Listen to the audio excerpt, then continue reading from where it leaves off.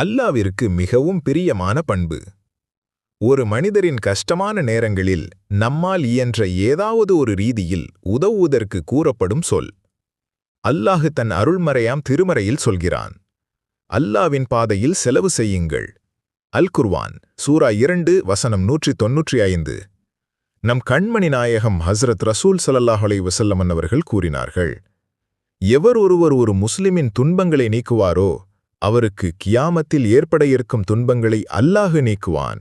அறிவிப்பாளர் ஹஸ்ரத் அபூ ஹுரைரா ரலியல்லாஹு அன்ஹு அவர்கள்.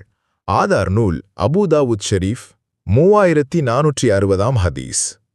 ஹஸ்ரத் ஹைஜ்ரத் செய்து மதினா வந்த நபி ஹஸ்ரத் ரசூல் ஸல்லல்லாஹு அலைஹி வஸல்லம் அவர்களையும் முஹாஜிர்களையும் நோக்கி, அன்சாரி தோழர்கள், நபியே, இவர்களுக்கும் எங்களுக்கும் மத்தியில் இந்த பேரித்த பழங்களை பங்கு வையுங்கள் என்று கூறியவுடன் நபி அவர்கள் அக்கருத்தை மறுத்துவிட்டு, நீதிமான குணத்துடன் சிரமங்களை நீங்கள் எங்களுக்காக மேற்கொண்டு பழங்களை மட்டும் எங்களை எடுத்துக்கொள்ளச் சொல்கின்றீர்களே என்று கூறியவுடன் அத்தோழர்கள், நபிகளாரின் பேச்சை கேட்டோம், அவர்களது சொல்லுக்கு கட்டுப்பட்டோம் என்று கூறினார்கள்.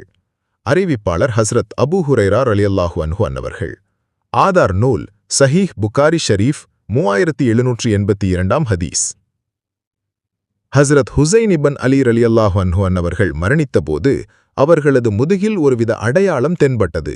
அது அவர்கள் விதவைகள் வீட்டுக்கு உணவு, மாவு போன்றவைகளை தூக்கிச் சென்றபோது ஏற்பட்டதாகும். அறிவிப்பாளர் ஹஸ்ரத் அம்ர் இப்னு ஜாபித் ரலியல்லாஹு அன்ஹு அவர்கள்.